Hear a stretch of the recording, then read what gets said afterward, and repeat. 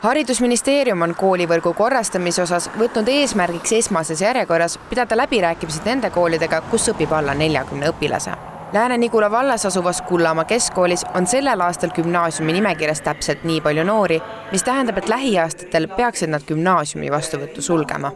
Tegelikult kool on ka nagu küla või keskuse nagu üks suur osa, et sellepärast ju, kui kõik paneme gümnaasiumit kinni, siis ju noored lähevadki maalt linna, et siis külaelu sureb ka välja. Kullamaa keskkoolis käib lapsi Kullamaa osavallast, Märjamaa vallast, meil käib lapsi Lihulast, meil on keskkooli osas lapsi Tabasalust, et meil ei ole ainult meie oma külakool, et me anname ikkagi väga head haridust.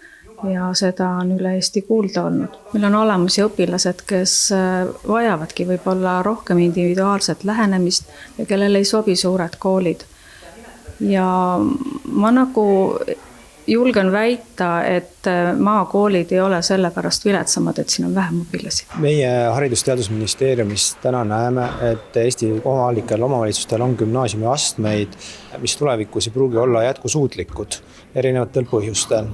Et põhjuseks võib olla kvalifitseeritud aineõpetajate puudus, võib olla õpilaste puudus ja loomulikult on seal veel demograafilised muudatused, mis ei luba täna kuidagi prognoosida seda, et õpilaste arv võiks drastiliselt kuidagi paraneda.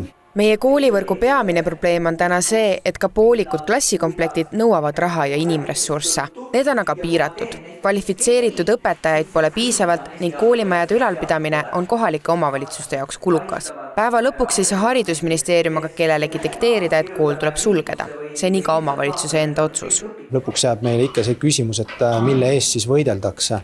Et tegelikult peaks võitlema ikkagi noorte hariduse kvaliteedi eest, tulevaste põhikooli lõpetajate võimaluste eest saada kvaliteetset haridust. Gümnaasiumi osade säilitamine ei ole ju omaette eesmärk. Et me peame tagama kvaliteetse hariduse, me peame pakkuma sarnast haridust või samasugust haridust nii nagu riigigümnaasiumid. Me peame ennast tõestama, et me seda suudame ja ma usun, et me seda ka teeme. Koolivõrgu korrastamine ja gümnaasiumi osa sulgemine ei mõjuta ühtegi tänast gümnasisti. Kui kohalik omavalitsus otsustab gümnaasiumi sulgeda, tähendab see tulevikus ei avata lihtsalt enam vastuvõttu 10. klassi. Haridus- ja Teadusministeeriumi sõnul on nende eesmärk muuta kogu koolivõrgu korrastamise protsess võimalikult valutuks kõigi osapoolte jaoks.